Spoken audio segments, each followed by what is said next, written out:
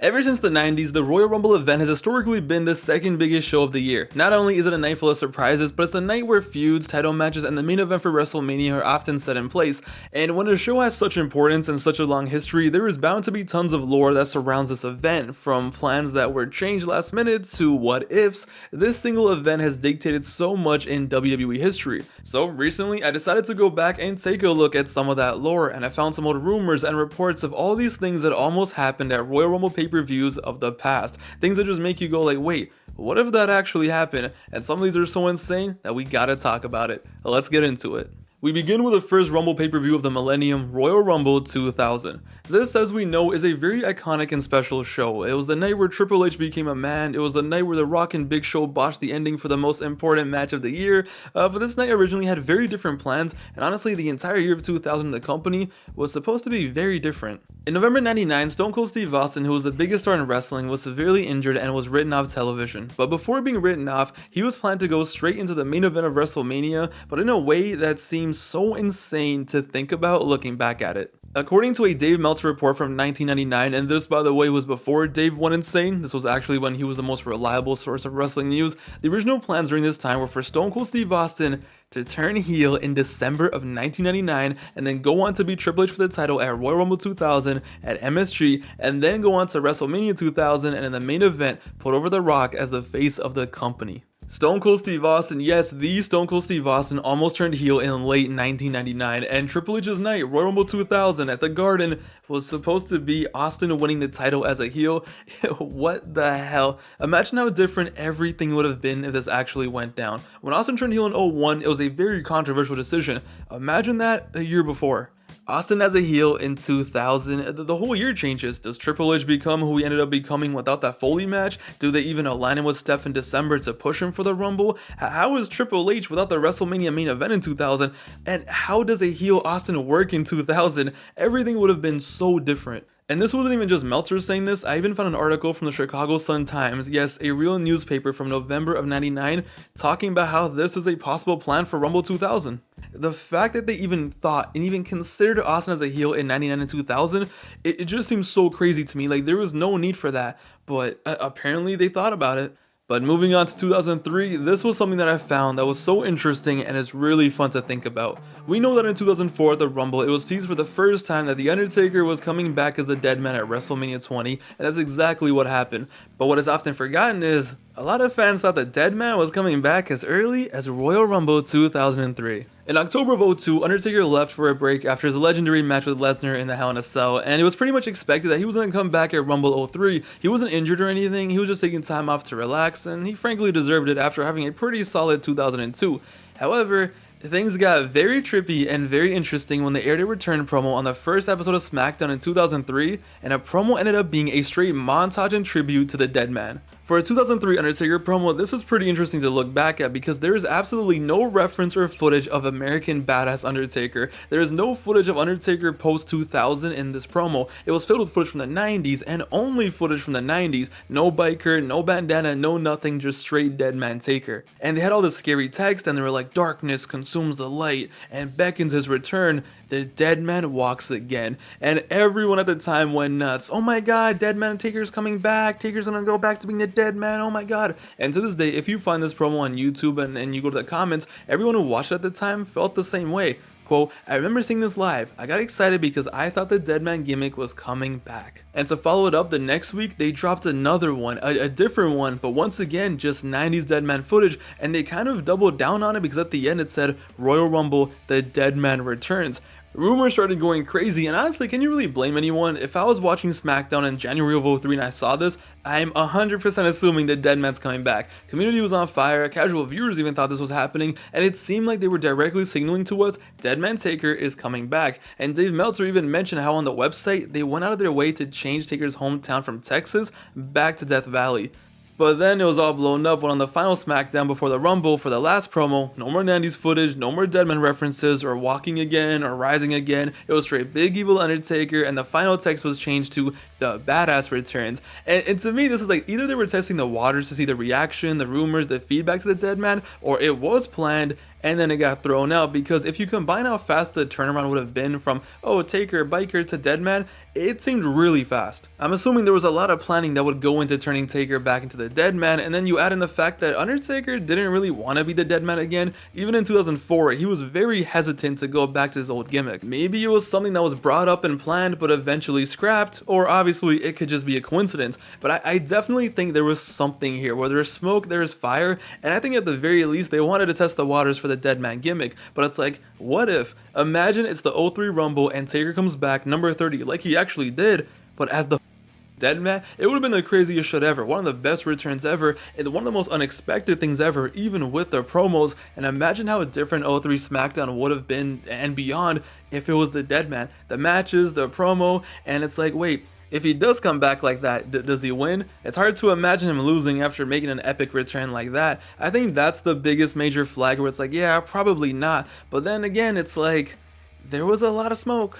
I think it not happening was for the best. I don't think the company was ready for it. How they did in 04 was perfect and way better, and everything worked out. But still, it's crazy to think, what if the Deadman actually came back in 2003? It would have been nuts.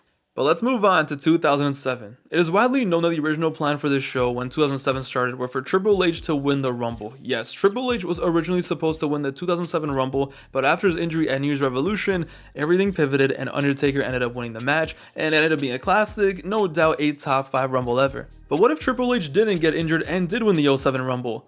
Guys, the plans they had for this made no sense whatsoever, and WrestleMania 23 would have been so weird. Triple H and Cena would have ran it back in the main event for the WWE title. We still would have got Batista and Taker, but with HBK being left out of the main event, the original plan for him was to be involved in the Battle of the Billionaires. Yes, remember Umaga with Vince versus Bobby Lashley with Trump? Yeah, well, that match was something way different. Quote, although the plan had been for Michaels versus King Booker with Vince McMahon and Donald Trump in their corners, on January 22nd that was changed as Vince McMahon asked Michaels what he thought about facing John Cena in a singles match for the title. The company recognized Michaels had caught fire after the Triple H injury and needed to be in a higher profile match. Yes, this match right here was originally supposed to be Shawn Michaels with Trump versus King Booker with Vince, and nah. As crazy as this might sound, thank God Triple H got injured. Sir, the sacrifice of your quads, my good sir, will not be forgotten, because you dying, it really saved us. I don't think anyone wanted to see Triple H versus Cena episode 2, especially when it was rumored that Triple H was gonna get his win back at Mania. The HBK and Cena feud ended up being perfect, and why the hell was HBK versus King Booker even suggested, let alone planned? And it all changed because of Triple H's injury. Had he not got injured, he most likely would have won the Rumble. The iconic Rumble match and ending, along with everything we know WrestleMania 23 for, would have been so different. Honestly, thank you for your sacrifice, Trips.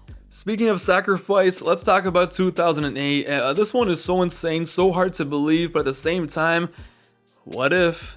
As we know, the 08 Rumble is legendary because Cena came back at number 30, MSG, epic legendary moment. We know that, but apparently according to CM Punk, back when he was under contract with Fox and was on backstage, back when he apparently hated the company and all that stuff, he told the world that he was supposed to win the 2008 Rumble, and Cena's return changed everything. This just sounds so straight up insane, but at the same time, it's like, why would Punk lie about this for no reason on national TV? Now, I get it. Listen, I get it better than most people. Wrestlers lie, lies wrestle, never trusted a wrestler or whatever. Wrestlers are all carnies. But Punk has always been the guy who's been loud and proud about how the company hated him in his first run and held him down. It's like, why would he make it up? This goes against his agenda. Unless he was told this and the people backstage were just straight up f***ing with him. But it's definitely fascinating to look deeper into this and connect some dots. At first it's like, wait, you were on ECW, bro. Like, I'm sorry, but Vince was never gonna let an ECW wrestler win the Rumble. But then it's like, wait, he did drop the ECW title a week before Rumble, pretty convenient. And he did go on to win the Money in the Bank at Mania the same year, a few months later. Maybe that was their way of making it up to him. It's weird. Could it be true? Probably. Could it not be? I lean towards no. But this just blew my mind though when I found this out. Imagine if Punk had won the Rumble and then he went on to verse Edge for the title at WrestleMania, because Edge did technically help Chavo win the ECW title from Punk. The story is kind of there, but no, I can't. My brain cannot comprehend this, whether it's true or not. Probably not. We're never gonna know. Higher ups maybe were going around saying this, so the Cena win wouldn't leak and it'd be even more of a surprise. I don't know. But regardless, what if this actually happened and CM Punk won the 08 Rumble? When it comes to 2009, there is a very common one, and we just covered this show a few days ago, but rumors were rampant going into this show that Christian was supposed to return and be the one behind the Jeff Hardy attacks instead of Matt Hardy and help Edge win the title, reuniting Edge and Christian. But see, the problem is, that makes too much sense. Instead, as we know, Christian came back a few weeks later to ECW of all places. Christian, who had been gone for 3+ years in TNA, winning world championships, having great matches, proving that he was a top level guy, comes out on ECW just for Todd Grisham to announce his return like Yoshitatsu had just appeared from catering. It's Christian! Yo, what a downgrade. Poor Christian. We had so many expectations. The fans wanted this. It was right there for him. Everything was right there. But like, nah, you're going straight to ECW. Fat Hardy's gonna pull up. He's gonna screw Jeff Hardy. Like, really? You guys couldn't have held it down for once? Christian should have definitely been the one helping Edge. Him in the main event scene on SmackDown in 2009, which was so dry, would have been perfect. They could have ran back Hardy's versus Edge and Christian at the February pay-per-view. It could have even led to, of course, Edge versus Christian, anything. But no, why would we do that? When it comes to 2011, I honestly couldn't find any rumors or any alternate plans for the 2011 Rumble. These idiots really loved Del Rio, didn't they? But if you remember, the Rumble's runner-up that year was Santino Marella, of all people. And I guess, like, listen, if we're doing what ifs, imagine if Del Rio somehow botched this or some shit, or they did like a different spot and Del Rio slipped and somehow Santino won the Rumble. That would have been amazing. That would have been 10 times better than whatever the hell we actually got. Yeah, like Del Rio, no, I'm sorry, 2011 was a dark time. 2011 though is a very interesting Rumble. All I remember from this match is watching it live and praying and hoping that Jericho was winning and being absolutely shocked when Sheamus pulled it through. That was a really good final two though, I remember that. Well, the original plan was even more shocking. Actually, I don't know how shocking, because Cena wins LOL wasn't that shocking at the time.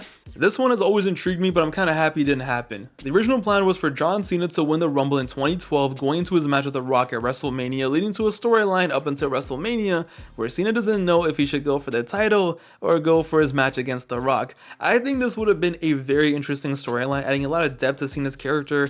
Okay, I'm not trying to be a film bro, I don't know what I mean by that. But just adding more intrigue, and the whole point was to add turmoil to Cena. Like, does he choose the match with The Rock, or does he choose a title? What's more important to him? What does he care about? But it's also like, at the same time, the Rock match didn't need more hype. It didn't really need anything else, and it maybe would have devalued the Rumble in a lot of people's eyes. I don't hate the idea. It's different, but I'm kind of happy they didn't do it. What do you guys think in the comments? Let me know. Lastly though, speaking of The Rock, this one, who knows? At this point, The Rock is such a tease. I'm surprised he's not a corn star. Wait, what? According to a WrestleVotes tweet from 2018, who is honestly a really reputable source for wrestling news on Twitter. If you're on the scene, you've probably seen them before. When it comes to the 2018 Rumble, plan at one point was for The Rock to win the Royal Rumble and face Roman Reigns at Mania. That's obviously not happening. The reports at the time were that once Roman Reigns' leukemia was announced and he went away for his treatment, it was obviously off the table, and The Rock decided against wrestling at all and not wrestling Lesnar, for example. Like I said, I don't know. The Rock has been so unserious about this match for years now. It's been, what, 7-8 years of this, that it also could have just been at this point like, oh yeah, see, we try to get the match, but it's not gonna happen. But that's not the point. The point is, what if this actually happened? If this happened in 2019, this would have been crazy. Before there ever was a tribal chief, before there was ever, heel Roman Reigns. Imagine this actually happened. The butterfly effect would have been crazy. What would have happened in the future? Would there have been a final boss? Would there have been a tribal chief? How does WrestleMania 40 end up? So much would have changed, and even just imagining the match taking place in 2019 is just hilarious. Roman Reigns in 2019 would have been booed out of the goddamn state of New York, not even the state, the whole state against The Rock. And the match itself, like, it just would have been so different than how it would have been, for example, in 2022, 2023. The dynamic would have been so off, in my opinion. And it's like, at that point, who would have won? Would they have Roman win because obviously, he's the modern guy, but it's like nobody wants Roman to win. Everyone's going to be booing him. Do they have The Rock win? It's very weird to look back at this, especially in the 2019 time period. We will probably never know how close this was to actually happening in 2019, but it's just a trip to think of this match in that time period. But yeah, there you have it. Those are some of the rumors and reports I could find from, Royal Rumble pay-per-views of the past and things that almost happened. I think these are very interesting and fun to think about. In the comments down below, let me know, are there any that I missed that I couldn't find or think of? And also let me know, out of all of these that you see in the comments, which one would you have been the most down for or the most intrigued by? But yeah, let me know down below. Hope you guys enjoyed this quick little video. I thought it was a fun little idea. I had fun making it. I'll see you guys with more content coming very soon though. Till then, take it easy And yeah, stay safe out there, guys. Later.